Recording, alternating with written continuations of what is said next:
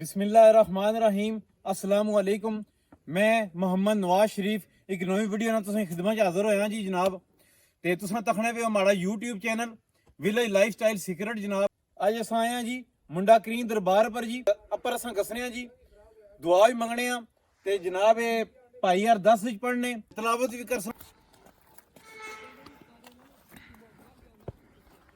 मैं जनाब इत्थे दावत देना है आसाम इनवार की ताकि जनाब कुरान पाक की तलावत करन कुरान पाक हिफज करने पे 6वां पारे तक हिफज करने पे जी इत्थे असें मिली गए असां इन्हां कोल जनाब तलावत कुरान पाक सुनने जी। औज़ु बिल्लाहि मिनश शैतानिर रजीम बिस्मिल्लाहिर रहमानिर रहीम والتين والزيتون وطور سينين وهذا البلد الأمين لقد خلقنا الإنسان في أحسن تقويم ثم رددناه أسفل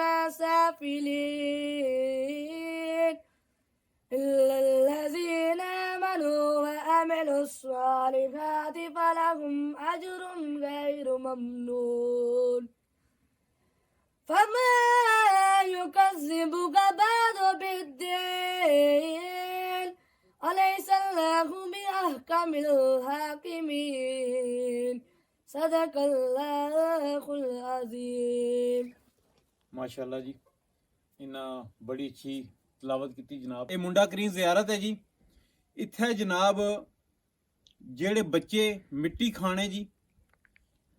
दुनिया ना जेड़ा मर्जी इलाज कराने रौन अगर उन्हें आराम नहीं हसना एक बार इत्थे अच्छन इत्थे अच्छी के जनाब वो बच्चा इत्थे आसी इत्थे अच्छी बच्चे की छोड़ दे सन वो बच्चा जितना दिल करसी मिट्टी खाए 10 मिनट 15 मिनट 20 मिनट उस टाइम जो बच्चा घर जासी इंशाअल्लाह बच्चा मिट्टी दोबारा नहीं खान लगा। ये ज़ियारत जनाब सांग अड्डा है जी मंदरे सो तुसां अगर अच्छो ते 10 किलोमीटर सांग स्टॉप है सांग अड्डा है उत्थों तुम कुसा को पता करी कि दरबार है मुंडा करीम तुसां ना किनसो तुसां जनाब इत्थे कोई बंदा आया था पंचाई छोड़ सब तुसां साड़ी वीडियो की लाइक करो चैनल की सब्सक्राइब करो बेल आइकन बटन जरूर प्रेस करो साड़ी वीडियो की दोस्तों शेयर लाजमी करो। मैं तुसां ना दोस्त भरा मोहम्मद नवाज शरीफ जनाब अस्सलाम वालेकुम।